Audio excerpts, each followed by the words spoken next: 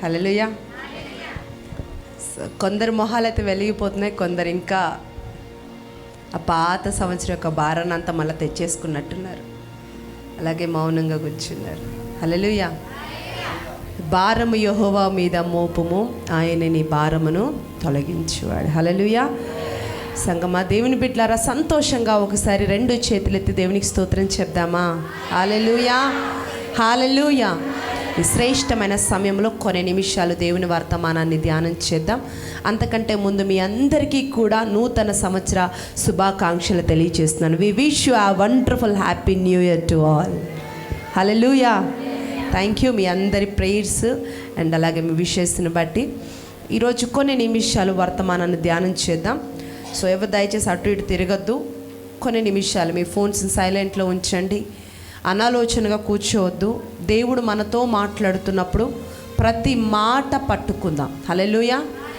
అప్పుడే డోర్స్ వైపు వెళ్ళిపోతున్నాయి. వాక్యం స్టార్ట్ కాక ముందే మొహాలు అలా పెట్టేస్తున్నారు. సో పక్కన ఏం జరుగుతుందో మనకు అవసరం లేదండి. సో వస్తుంటారు, వెళ్తూ ఉంటారు కదండి. సో అవన్నీ మనం పట్టించుకోవద్దు. వాక్యం మీద మీ హృదయాన్ని, మీ యొక్క మనస్సుని కేంద్రీకరించండి. మీరు డిస్టర్బ్ అవ్వద్దు, పక్కన వాళ్ళని డిస్టర్బ్ చేయద్దు. ఎప్పుడు దైవజనులు చెప్తారు కదా, ఒకసారి మీ పక్క వరకు షేక్ హ్యాండ్ ఇచ్చి చెప్పండి, నువ్వు డిస్టర్బ్ కావద్దు, నన్ను డిస్టర్బ్ చేయొద్దని త్వరగా చెప్పండి. ఒకవేళ సడన్గా నువ్వు ఫేస్ అటు తిప్పావు అనుకో, నువ్వెందుకు తిప్పావా అని నీ పక్కనున్న సహోదరి కూడా తిప్పేస్తాడు. సో నువ్వు డిస్టర్బ్ అయ్యి పక్కన వారిని డిస్టర్బ్ చేయి. హల్లెలూయా. సో సంతోషంగా దేవుని వాక్యాన్ని ప్రతి మాటను రిసీవ్ చేసుకుందాం. ఈరోజు ప్రభువు ఈ సంవత్సరం అంతా మన పట్ల ఏం చేయబోతున్నాడో మాట్లాడుతున్నాడు.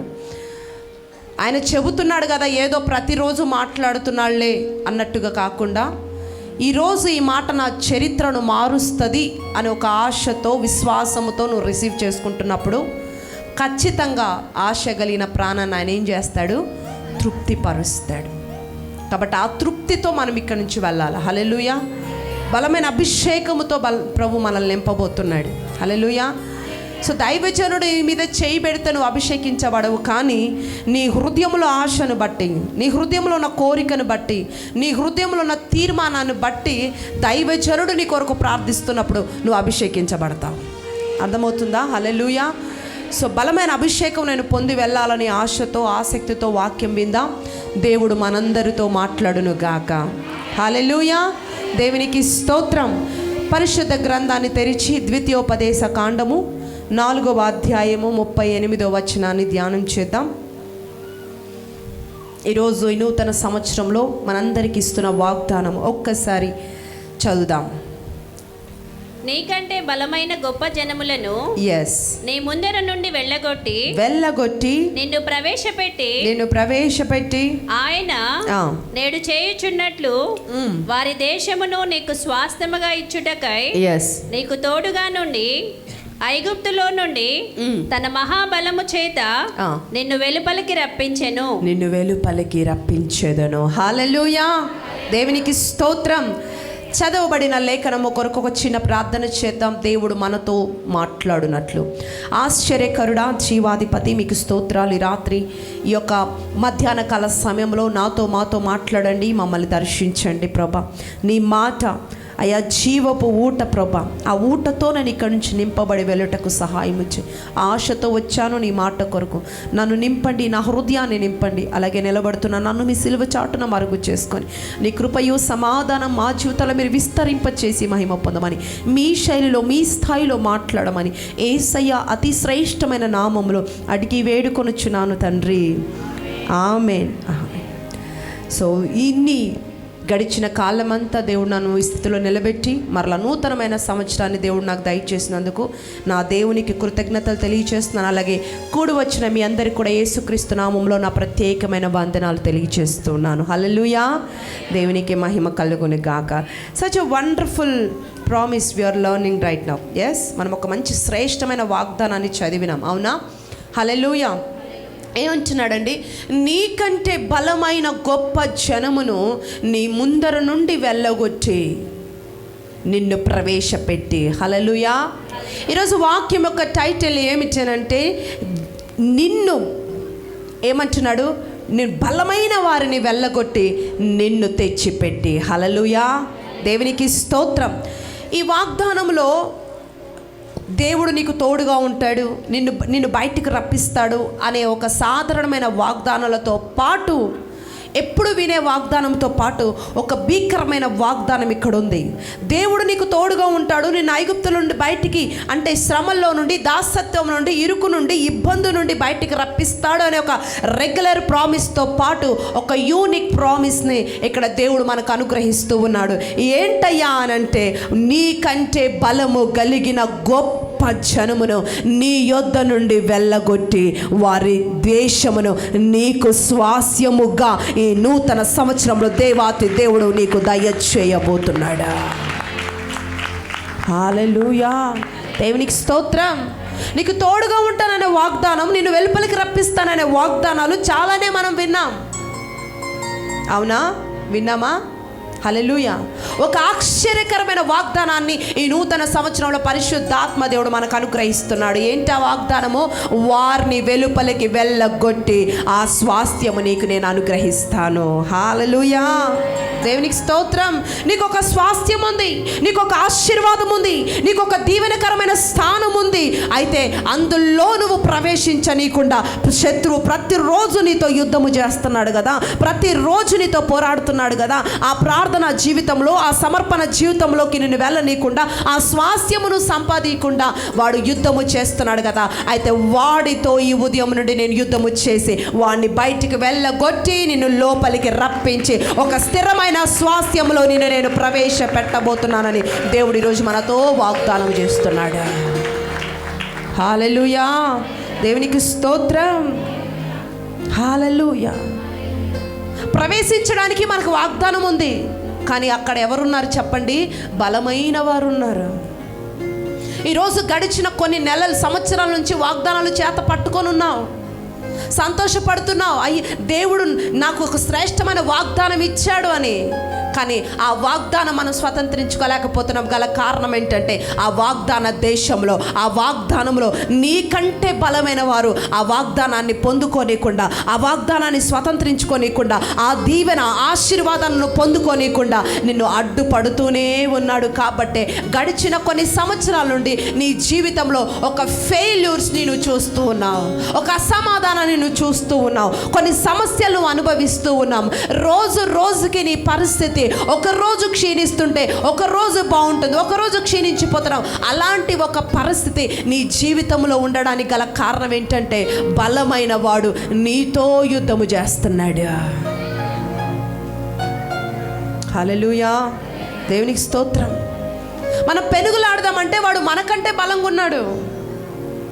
యుద్ధము చేస్తున్నామంటే మనకు బలం సరిపోవట్లా. అంటే వాక్యం ఏమంటుందయ్యా, వాడు నాకంటే బలంగా ఉన్నాడు, నాకు బలం సరిపోవట్లేదు అంటే వాక్యం ఏమంటుందంటే, వారిని నేను అక్కడి నుంచి వెళ్ళగొడతాను. హల్లెలూయా, నిన్ను స్థిరపరుస్తాను. హల్లెలూయా. దేవుడికి అర్థమైపోయింది ఇక ఈ పోరాటం నీ వల్ల కాదని. హల్లెలూయా. అందుకే ఈ నూతన సంవత్సరంలో, ఈ మొదటి దినమున, ఈ మొదటి సమయంలో ప్రభు నీతో మాట్లాడుతున్నాడు. బిడ్డ, నువ్వు ఈ పోరాడలేకపోతున్నావు కదా, నీకు శక్తి సరిపోవటం లేదు కదా, నీకు బలం సరిపోవటం లేదు కదా, అయితే నేను ఒక మంచి అవకాశం ఇస్తాను. ఈసారి నీ జీవితంలో నేను కలగజేసుకొని, నేను నీ పట్ల బాధ్యత తీసుకొని వారిని నేను వెళ్ళగొడతాను అంటున్నాడండి.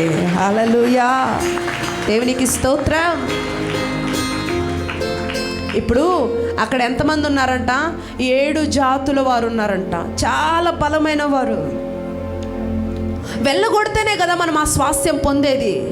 వారు ఆల్రెడీ వెళ్ళిపోయి దాదాపు 430 సంవత్సరాలైంది, బానిసలుగా వెళ్ళిపోయినారు, వలస వెళ్ళిపోయినారు. ఈ లోపు ఆయా జాతుల వారు వచ్చి వాటిని స్వతంత్రించేసుకున్నారు, ఆక్రమించేసుకున్నారు. ప్రభు అంటున్నాడు, వారు ఆక్రమించుకున్నప్పటికీ, వారు స్వాస్థ్యంగా అక్కడ స్థిరపడినప్పటికీ, ఇన్ని సంవత్సరాల తర్వాత నేను వెళ్తే వారు నన్ను గుర్తుపడతారా, నాకు ఇస్తారా? మరి ఎంతో పోరాటం ఉంటుంది. ఆ పోరాటాన్ని బదులు ఇక్కడే ఉండటం మంచిది కదా నువ్వు ఆలోచించద్దు, నువ్వు బయలుదేరు, నేను వారిని వెళ్ళగొడతాను కదా అంటున్నాడండి ప్రభు. హల్లెలూయా. ఎందుకు ఈ మాట ఈరోజు మీ ముందుకు తీసుకొస్తున్నాడంటే, చాలామంది భక్తిలో, విశ్వాసంలో, నమ్మకంలో స్ట్రక్ అయిపోయినారు. ఇంకా నా వల్ల కాదులే, నేను చేయలేనులే, నేను ముందుకు వెళ్ళలేనులే. వారితో ఏమంటున్నాడు? నేను కార్యము చేస్తాను కదా, నువ్వు బయలుదేరు. You have to move your self. నువ్వు కదులు. నువ్వు ఒక్క అడుగు వేస్తే ఆయన 99 అడుగులు వేయించి నిన్ను గమ్యానికి చేర్చే దేవుడు కదా. ఆ ఒక్క అడుగు వేయటానికి నువ్వు తడువు చేయొద్దు, ఆలస్యము చేయకుండా నీ ప్రయత్నాన్ని నువ్వు మొదలు పెట్టమని దేవుడు ఈరోజు నీతో మాట్లాడుతూ ఉన్నాడు. హల్లెలూయా, దేవునికి స్తోత్రం. ఆయన ఎందుకు ఈ లోకానికి దిగి వచ్చినాడండి? ఐగుప్తుల్లో ఉన్న మనల్ని, బానిసలుగా ఉన్న మనల్ని, ఒక విడుదల లేని మనల్ని, ఒక ఆశీర్వాదం లేని మనల్ని వాగ్దాన దేశంలోకి తీసుకొని రావటానికే ఆయన మన కోసము జన్మించి ఈరోజు ఆయన మనల్ని ఇక్కడ తీసుకొచ్చినాడండి. దేవునికి స్తోత్రం. అందుకే కీర్తనకారుడు ఒక చక్కని మాట రాస్తాడు. 80వ కీర్తన 8-9 వచనాలు చదవండి ఒకసారి. 80వ కీర్తన 8-9 వచనాలు. నీవు ఐగుప్తులో నుండి ఒక ద్రాక్షవల్లిని తెచ్చితివి, అన్యజనులను వెళ్ళగొట్టి దానిని నాటితివి. హల్లెలూయా. దానికి తగిన స్థలము చదవండి. దానికి తగిన స్థలము సిద్ధపరచితివి. దాని వేరు లోతుగా పారి అది దేశమంతటా వ్యాపించెను. హల్లెలూయా. ఈరోజు ద్రాక్షావల్లి అయిన యేసయ్య, నీ కాపరి, నీ యాజకుడు ఏం చేస్తున్నాడంటే ఆ బానిస బతుకులో నుండి నిన్ను తీసుకొచ్చి ఎక్కడ నాటబడుతున్నాడంటే ఐగుప్తు నుండి నిన్ను తీసుకొచ్చి ఆ స్వాస్థ్యము దగ్గర నిన్ను ఆయన ఈరోజు నాటబోతున్నాడు. హల్లెలూయా, దేవునికి స్తోత్రం. ఎక్కడి నుంచో ఒక ద్రాక్ష తీగని తీసుకొచ్చాడంట, దానికోసం ఒక స్థలాన్ని సిద్ధపరిచాడంట. హల్లెలూయా. అంటే ఏంటి చెప్పండి? ఒక మొక్కను నాటి అది మహావృక్షము అయ్యేంత వరకు కూడా బలపరిచాడట. హల్లెలూయా. ఎలా? ఆల్రెడీ అక్కడ కొన్ని మొక్కలు ఉన్నాయి. ఆ మొక్కలు అంటే మామూలు మొక్కలు కాదు, చిన్న చిన్నవి కాదు, రెల్లులు కాదు, ఊరికనే గడ్డి వంటి వారు కాదు, ఊరికనే పెరిగేసి మనల్ని నాటడానికి మహావృక్షం వంటి వారు ఉన్నారంట. మహావృక్షాలను తొలగించడానికి ఏం చేస్తామండి? ఊరికే గొడ్డలితో నరికితే సరిపోదు కదండి. మరలా కింద వేర్లు ఆటోమేటిక్గా అవి మరలా చిగురు పుడతానే ఉంటాయి. ఆ వేర్లతో సహా మరి వాటిని తీసేయాలంటే మనం ఏం వాడతాం? పెద్ద పెద్ద జేసీబీలు తెచ్చి నానా ప్రయాసపడి వాటిని పెరికేస్తాం కదా. మన దేవుడు అంటున్నాడు, ఆల్రెడీ బలమైన వృక్షాలు నీ ఇంట్లో పాతుకుపోయినాయా? బలమైన శక్తులు పాతుకుపోయినాయా? నీకంటే బలమైన క్రియలు పాతుకుపోయి నిన్ను బలహీనపరుస్తున్నాయా? అయితే ఈరోజు నూతన సంవత్సరంలో ప్రభు మనతో మాట్లాడుతున్నాడు. చూడండి, ఆ బలమైన మహావృక్షాలను మామూలు పైన కాదట, వేర్లతో సహా పెరికి అదే స్థలములో స్థిరంగా వేర్లు లోతుకు పాకున్నట్లుగా నిన్ను ఇది మొదలుకొని దేవాతి దేవుడు నిన్ను నాటబోతున్నాడు. దేవునికి స్తోత్రం. నీకున్న ప్రతి ఆటంకాలను తొలగించి, హల్లెలూయా. ఆ మొక్క తీయడం మాత్రమే కాదండి, దాన్ని తీసిన తర్వాత చుట్టుపక్కల అక్కడక్కడ స్ప్రెడ్ అయిపోయి ఉంటాయి కదా వేర్లు, వాటిని కూడా ఆయన తొలగించబోతున్నాడంట. అంటే నీ శత్రువు యొక్క వేర్లు కాదు కదా, నీ శత్రువు యొక్క దాకాన కూడా నీ ఇంట్లో ఇక ఉండబోటం లేదు. వాడిని వేర్లతో సహా పెరిగే చదును చేసి ఆ స్థలములో స్థిరముగా ఆయన నిన్ను ఈ ఉదయం నుండి నిన్ను నాటబోతున్నాడు. దేవునికి స్తోత్రం. హల్లెలూయా. నీ జీవితంలో ఉన్న ఆటంకాలు, శోధనలు, బలహీనతలు, వ్యతిరేకతలు, పగలు, కోపాలు, వ్యక్తులు, వాటెవర్ ఎన్ని ఉన్నాయో నీ జీవితంలో నాకు తెలీదు. వ్యక్తులు కోపంతో రగిలిపోతుండొచ్చు, నీకు చాలా బలహీనతలు ఉండొచ్చు, నువ్వే పని చేస్తున్నా నీకు వ్యతిరేకతలే ఉండొచ్చు, నీ మీద పగబెట్టుకున్న వారు ఉండొచ్చు, నీ మీద కోప్పడేవారు ఉండొచ్చు. ఏదైనా సరే, ఎన్ని ఆటంకాలు ఉన్నా సరే, వాటన్నిటినీ ఈరోజు నా ప్రభువు క్లియర్ చేయబోతున్నాడు. దేవునికి స్తోత్రం చెప్దామా? క్లియర్ చేసి అక్కడే ఎక్కడంట, ఎక్కడ నువ్వు కావాలనుకుంటున్నావో, ఎక్కడ నువ్వు కోల్పోయావో, నీ పేరును, నీ ఖ్యాతిని, నీ స్థితిని నువ్వు కోల్పోయి ఒక తల దించుకున్న వాడి వల్ల నువ్వు ఎక్కడున్నావో అక్కడే నేను నాటి నీ తలను పైకెత్తేలాగా నా ప్రభువు కార్యాన్ని స్థిరపరచబోతున్నాడండి. దేవునికి స్తోత్రం. హల్లెలూయా. మనమేమి శ్రేష్టమైన వాళ్ళమి కాదు కదండి. మన కుటుంబం అంతా పరిశుద్ధతలో మునిగిపోయిన వారు కాదు, అవునా? మనమందరము కూడా సియోన్లో నుండి వచ్చిన వారము కాదు. మనం ఎక్కడి నుంచి వచ్చామండి? ఐగుప్తు నుండి వచ్చిన వారమే, పాపపు కాడి నుండి వచ్చిన వారమే, ఆ దాసత్యంలో నుండి వచ్చిన వారమే, ఆ కోరికల నుండి, ఆశల నుండి, ఒక మలినమైన బ్రతుకుల నుండి మనం వచ్చిన వారమే.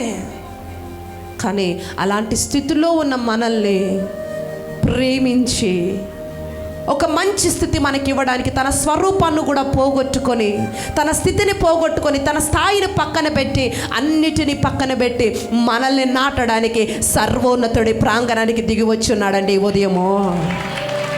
హల్లెలూయా. దేవునికి స్తోత్రం. హల్లెలూయా. ఆయన పైన నాటి వెళ్ళబోవటం లేదు ఇక నుంచి. నిన్ను ఇప్పటి వరకు పైన ఉన్నావు, పైన భక్తి, పైన విశ్వాసం. నీ జీవితంలో కూడా నీ జాబు నీకు స్థిరత్వం లేదు, పైనే. నీ ఉద్యోగంలో స్థిరత్వం లేదు, నీ పనిలో నీకు స్థిరత్వం లేదు.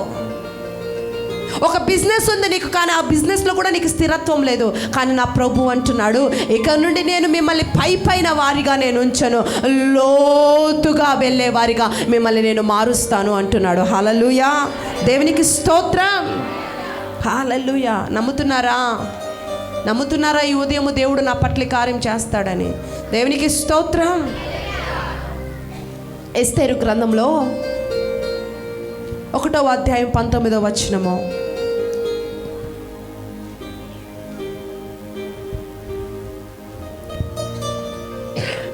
ఎస్తేరు గ్రంథం 1వ అధ్యాయం 19వ వచనము. రాజునకు సమ్మతి ఆయన వస్తి రాజైన అహర్వేరోషు సన్నిధికి ఇకను రాకూడదని తమ యుద్ధ నుండి ఒక రాజాజ్ఞ పుట్టవలెను. అది తప్పకుండానట్లు పారసీకుల యొక్కయు మాదీయుల యొక్కయు న్యాయము చొప్పున నియమింపవలెను. మరియు వస్తి కంటే యోగ్యురాలిని రాణినిగా తాము చేయవలెను. హల్లెలూయా.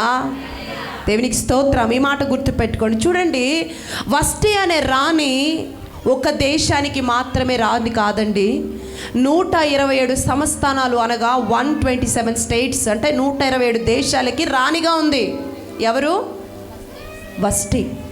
అయితే ఒకానొక సమయంలో ఆమె రాజు మాటకి సమ్మతించట్లా. రాజు మాటకు ఎదురు తిరుగుతున్న పరిస్థితిలో ఆయన ఏమంటున్నాడు? వస్తి కంటే యోగ్యురాలిని చెప్పండి రాణిగా చేయవలెను. హల్లెలూయా.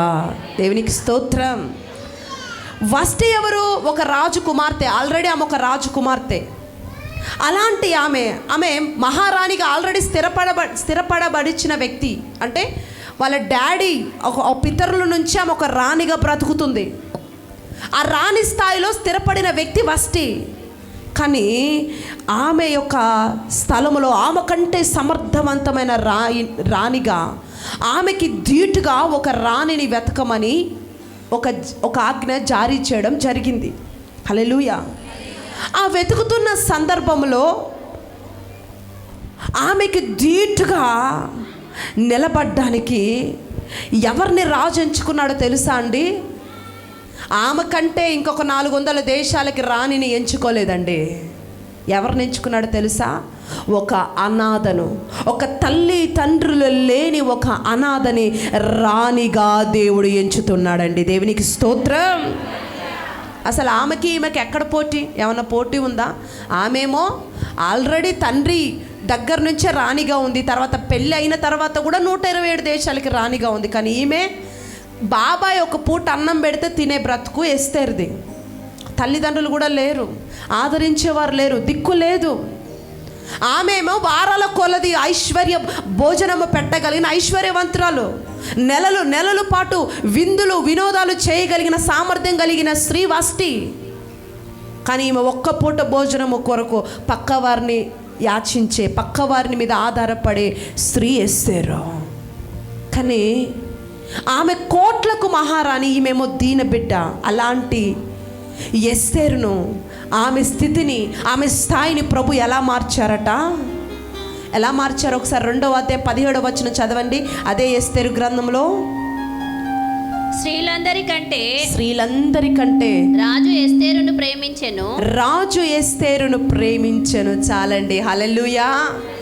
ఒక దీన స్థితిలో ఉన్న బిడ్డ, ఒక అనాథగా జీవిస్తున్న బిడ్డని దేవాతి దేవుడంట స్త్రీలందరిలో కంటే ఎస్తేరును ఎక్కువగా ప్రేమించాడట. హల్లెలూయా. ఆమె అతని వలన దయ పొందిందంట. ఎవరి వలన? దేవుని దయ. దేవునికి స్తోత్రం. ఎప్పుడైతే ఆమె దేవుని దయ పొందిందో వష్టికి బదులుగా రాణిగా నియమించబడినది. దేవునికి స్తోత్రం. ఎలా వర్ణించాలి దీన్ని బట్టి ఆయన ప్రేమను? ప్రియులారా, వినండి జాగ్రత్తగా ఒక మాట. ఆయన తలుచుకుంటే నిన్ను దేశం యొక్క ఉన్నత స్థలముల మీద ఆయన ఎక్కించగలడు. హల్లెలూయా.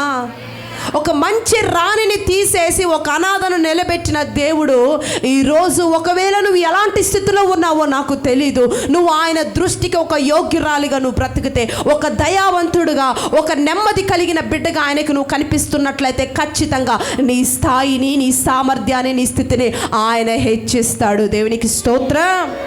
హల్లెలూయా, హల్లెలూయా. నీ చిత్తమైన స్థలములో నన్ను ప్రవేశపెట్టు అని ఒక తీర్మానపూర్వకంగా వాక్యాన్ని అంగీకరించండి. దేవునికి స్తోత్రం. నీ చిత్తము చాలా కొద్దిది, నీ ఆలోచనలు, నీ తలంపులు చాలా చిన్నవి, కానీ ఆయన నీ పట్ల కలిగి ఉన్న తలంతులు, ఆయన నీ పట్ల కలిగి ఉన్న ఉద్దేశాలు గొప్పగా ఉన్నాయి. ఈ సంవత్సరం he have a huge plans. నీకు తెలుసో లేదో, నువ్వు ఈ సంవత్సరానికి సరిపడే షెడ్యూల్ వేసుకున్నావో లేదో నాకు తెలీదు. ఈ సంవత్సరం నేను ఇలా ఉండాలి, నా పిల్లల భవిష్యత్తు ఇలా ఉండాలి, నా పిల్లల్ని ఒక మంచి స్కూల్లో చేర్పించాలి, నా బిజినెస్ బాగా రన్ అవ్వాలి, నా ఉద్యోగంలో నాకు హైక్ రావాలి, ప్రమోషన్ రావాలి. What ever you desired your schedule. నీ షెడ్యూల్ ఎలా డిజైన్ చేసుకున్నావో నాకు తెలియదు, కానీ ఆల్రెడీ నిన్ను తన స్వజనముగా నిన్ను చేసుకున్న దేవుడు నీ జీవితానికి ఈ సంవత్సరంలో నీ షెడ్యూల్ అంతా కూడా ఆయన ఆల్రెడీ వేసి పెట్టేశాడండి. అది మామూలుగా కాదు, ఒక శ్రేష్టంగా, ఒక అతి శ్రేష్టమైన రీతిలో నీ యొక్క జీవితపు షెడ్యూల్ ఆయన తయారు చేసి ఉన్నాడు. దేవునికి స్తోత్రం. హల్లెలూయా. ఈరోజు నువ్వు అనుకుంటున్నావేమో, నా స్థితి కొద్దిగే, నా స్థాయి కొద్దిగే. నా ప్రభు అంటున్నాడు, నీకంటే బలమైన వారిని వెళ్ళగొట్టి నేను నాటుతాను. దేవునికి స్తోత్రం. నీ వల్ల కానిది, నువ్వు చేయలేనిది, నీ జ్ఞానముతో, నీ తెలివితో నీవి కానివి నా దేవుడు కృప ద్వారా నీ ద్వారా జరిగించబోతున్నాడు. దేవునికి స్తోత్రం. హల్లెలూయా. అదే ఎస్తేరు గ్రంథము 8వ అధ్యాయం 2వ వచనం చదువుదామా? ఇక్కడ ఇంకొక వ్యక్తి ఉన్నాడు. రాజు హామాను చేతిలో నుండి తీసుకొనిన తన ఉంగరమును మొర్దెకైకి ఇచ్చెను. చాలండి. మీరు నమ్ముతున్నారో లేదో నాకు తెలీదు. మీరు అనుకుంటున్నారా నా ఇంత దీన స్థితిలో ఉండి నన్ను దేవుడు ఆ స్థాయికి నిలబెడతాడని? బైబిల్ గ్రంథంలో ఇప్పుడు ఒక వ్యక్తిని ధ్యానం చేసుకున్నాం కదా. ఎవరు ఆమె చెప్పండి? ఎస్తేరు. ఆమె స్థితి ఎలాంటిది? తల్లిదండ్రులు లేని స్థితి, అన్నము ఒకరు పెడితే తినే స్థితి. ఆమెను ఎలా చేశాడు దేవుడు? రాణిగా మార్చాడు. ఇక్కడ ఇంకొక వ్యక్తి కనిపిస్తున్నాడు. ఈ వ్యక్తి ఎవరయ్యా అంటే, డోర్ దగ్గర వాచ్మెన్ డ్యూటీ చేస్తున్నాడు ఈ హామాను. ఎవరు చెప్పండి? హామాను కాదు, మొర్దెకై. దేవునికి స్తోత్రం. ఇక్కడే ఉన్నారా? హల్లెలూయా. ఏం చేస్తున్నాడు అతని జాబ్ ఏంటి? వాచ్మెన్ డ్యూటీ కదండి. హల్లెలూయా. ఈ వాచ్మెన్ డ్యూటీ చేస్తున్న మొర్దెకైని దేవుడు ఎలా లేవనెత్తినాడంటే, ఒకరోజు హామాను ఒక శాసనాన్ని రిలీజ్ చేశాడు. దేవుని బిడ్డలు అనగా క్రైస్తవులు ఈ దేశం నుండి చంపివేయబడాలి, వారిని బ్రతకడానికి వీల్లేదని చెప్పేసి దొంగ శాసనాలన్నీ రాయించి రాజు దగ్గర సైన్ చేయించేశాడు. ఇప్పుడు ఈ 127 సంస్థానాల్లో ఉన్న క్రైస్తవులందరూ చంపబడబోతున్నారు. ఒక శాసనం రిలీజ్ అయింది. ప్రజలందరూ భయంగా బ్రతుకుతున్నారు. ప్రజలందరూ దిక్కులేని స్థితిలో ఏడుస్తూ అంగలారుస్తున్న సమయంలో ఎప్పుడైతే ఈ మొర్దెకై దేవుని సన్నిధిలో యథార్థవంతుడై కూర్చున్న సమయంలో, ఉపవాసం ఉండి ప్రార్థన చేస్తున్న సమయంలో, దేవుని దగ్గర దీనుడిగా బ్రతుకుతున్న ఆ దేవుని బిడ్డగా దేవుడు చూసి అతని స్థితిని ఎలా మార్చాడంటండి, హామాను చేతుల్లో ఉంగరాన్ని ఎవరికి ఇచ్చాడు చెప్పండి? మొర్దుకైకి వచ్చేలాగా దేవుడు కార్యము చేశాడంట. హల్లెలూయా. హామాన్ ఎవరు? రే మొర్దుకై, నీ సంగతి తేలుస్తాన్రా, నీ అంతు చూస్తాన్రా. ఎలాంటి వ్యక్తి అండి? ఛాలెంజ్లు చేసే వ్యక్తి హామాను. ఈరోజు మీకు కూడా అలాంటి ఛాలెంజెస్ వస్తున్నాయా? నువ్వెలా మంచి స్థాయిలో ఉంటావో నేను చూస్తాను, నువ్వెలా ఉద్యోగం సంపాదిస్తావో నేను చూస్తాను, నువ్వెలా పొలం కొంటావో నేను చూస్తాను. నీ చుట్టూ ఉన్నవారు, నీ దగ్గర వారు, శత్రువులు, అంధకార క్రియలు, ప్రతి క్షణము నువ్వు దేవునిలో విశ్వాసంగా వెళుతున్న ప్రతి క్షణము ఇలాంటి ఛాలెంజెస్ నీకు ఎదురవుతున్నాయేమో.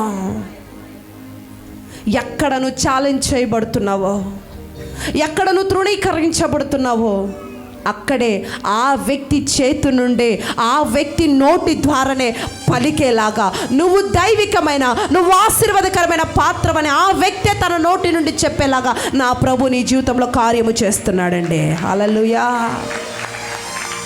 దేవునికి స్తోత్రం.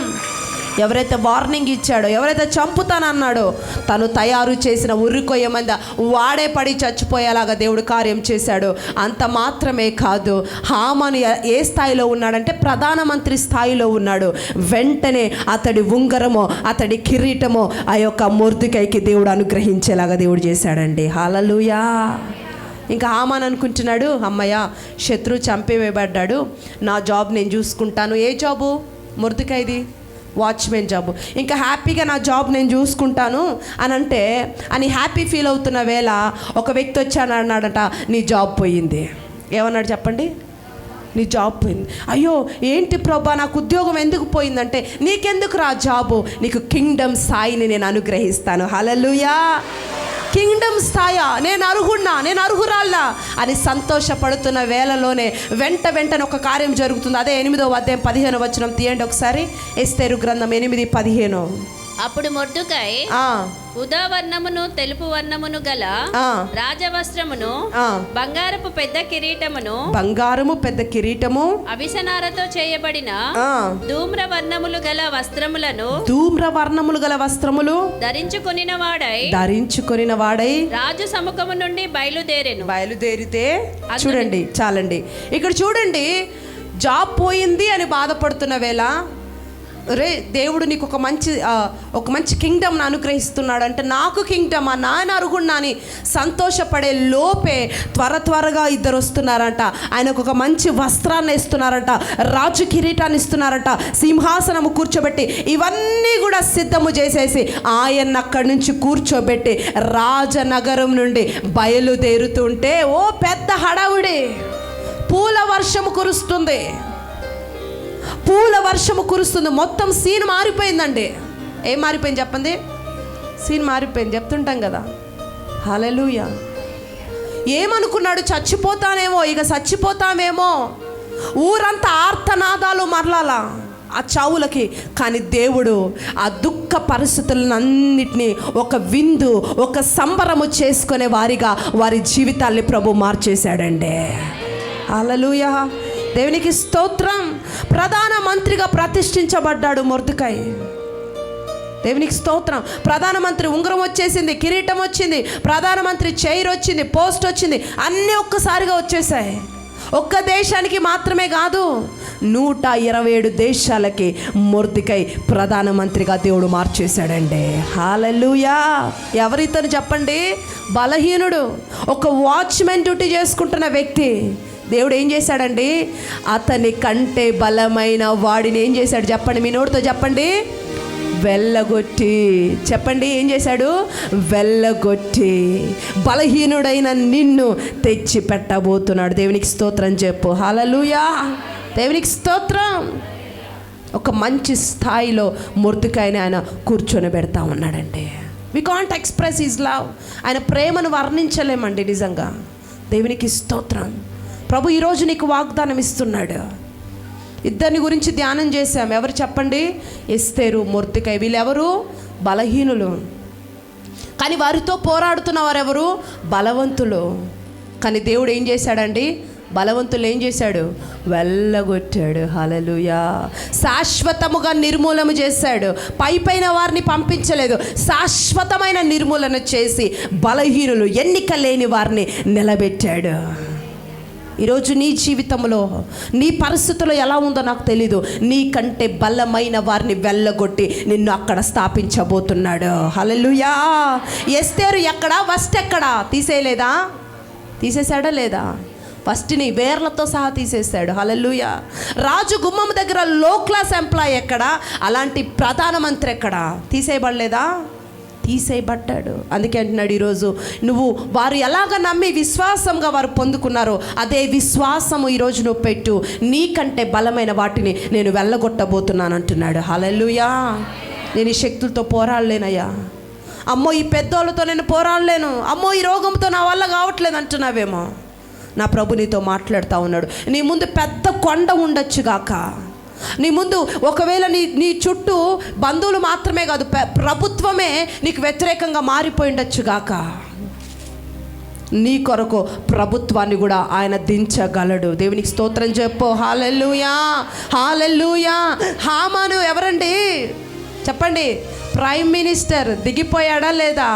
నీ దెబ్బకి ప్రభుత్వం కూడా దిగి వస్తుంది. దేవునికి స్తోత్రం చెప్పు. హల్లెలూయా. హల్లెలూయా.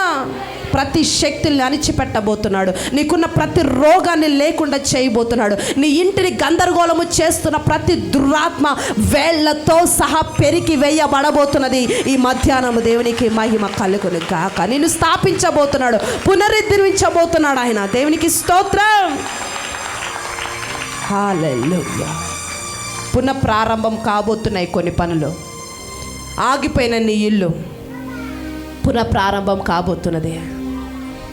ఆగిపోయిన వివాహాలు ప్రారంభం కాబోతున్నాయి. గర్భాలు దేవుడు తెరవబోతున్నాడు. దేవునికి స్తోత్రం చెప్పండి.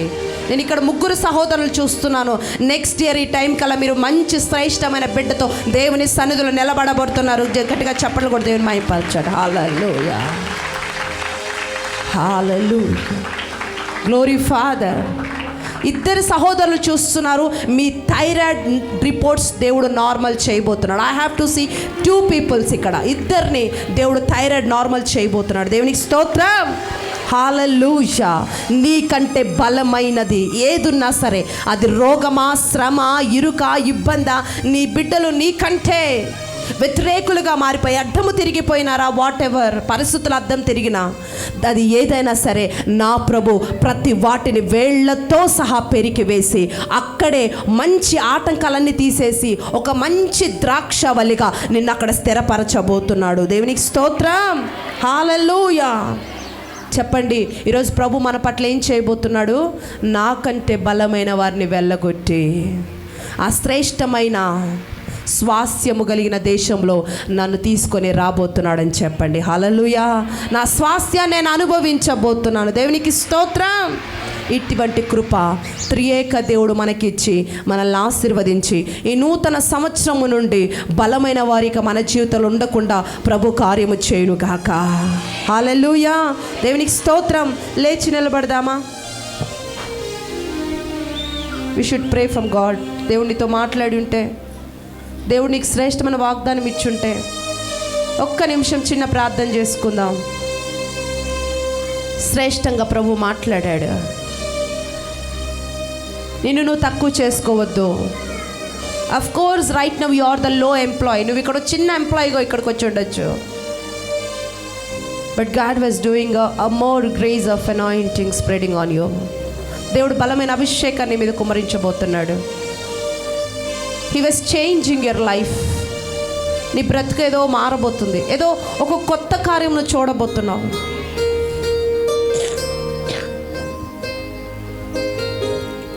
Already he work started. నీ పనిని ఆయన ప్రారంభించున్నాడు నీ ఇంటి దగ్గర. నువ్వు ఇక్కడ ఆరాధిస్తుండగానే దేవదూతలు నీ ఇంటి దగ్గర నీ పని ప్రారంభించి ఉన్నారు. ఆల్రెడీ ఒక మంచి మిషన్స్ వర్క్ చేస్తున్నాయి.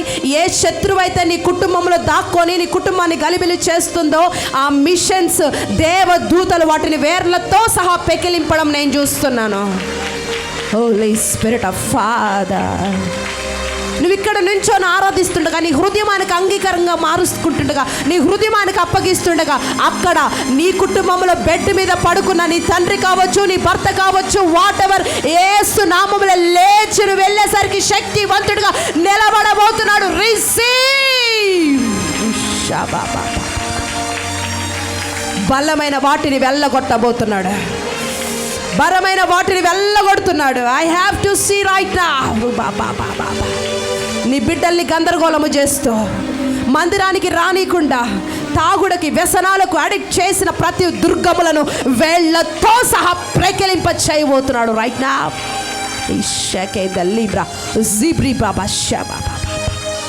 Thank you wonderful father for your love, for your work and for everything. నీ ప్రేమకై, నీ పనికై, నీ కార్యాలకై మరొకసారి కృతజ్ఞతలు. మీ కార్యాలన్నీ బలంగా జరిగించినందుకు కృతజ్ఞతలు తెలియజేస్తూ యేసుక్రీస్తు నామంలో అడిగి వేడుకొని నీ సమాధానాన్ని మధ్యాహ్నం పొంది ఉన్నాను తండ్రి. ఆమేన్. May God bless.